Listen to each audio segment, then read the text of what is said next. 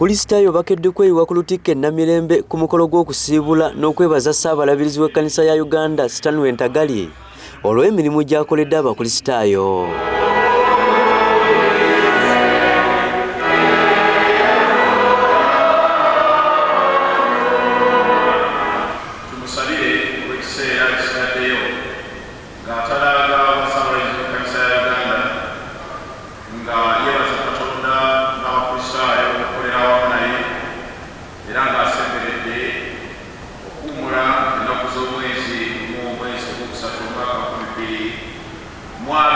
Omukolo guno gwetabiddwako abakukunavu okuva mu gavumenti eya wakati n'ey'Emmengo, ng'era omumyuka owookubiri owa Katikkiro wa Buganda Waggwa Nsibirwa ye yeetisse obubaka bwa Ssaabasajja Kabaka, nga mu bubaka bwe asiimye Ssaabalabirizi okuweereza Ekkanisa ya Uganda nga tatiriiridde muntu yenna. Obadde mukakkamu naye ng'olimunywevu nnyo ku nsonga zo.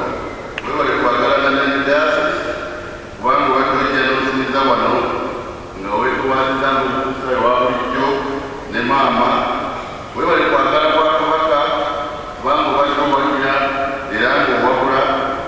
Tumanyi ogenza okuwummula naye tumanyi ojja kubeeroweereza Mukama ng'obuulira enjiri. Ssaabalabirizi Ntagali yakulembeddemu okusaba ng'ayambibwako omulabirizi w'e Namirembe Bishop Wilberforce Kikyoluwalira, era nga wano Luwalira ku lw'abalabirizi banne asomye obubaka obusiima Ssaabalabirizi emirimu gy'akoledde Ekkanisa.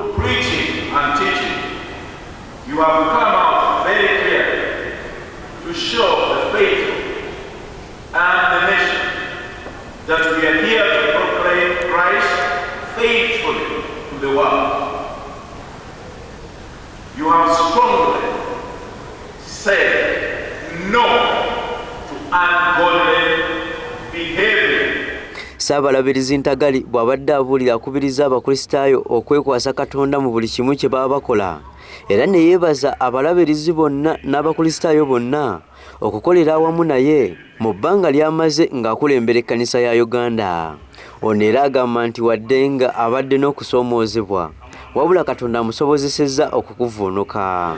Challenges are normal, they are bound to come, but they are opportunities to make you have strong shock absorbers to think hard and see how you overcome the challenges.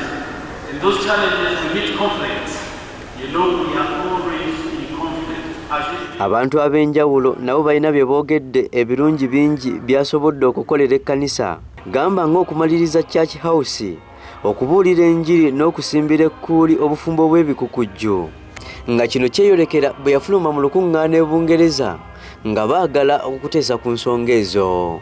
Ono kati wakuwummula mu butongole omwaka ogujja nga ennaku z'omwezi lumu omwezi ogwokusatu, kubanga ku olwo lwajja okuweza emyaka 65 egy'obukulu, olwo awummule ng'amateeka g'Ekkanisa ya Uganda bwe gakirambika. Mike Mutebi, Delta TV Amasukulu.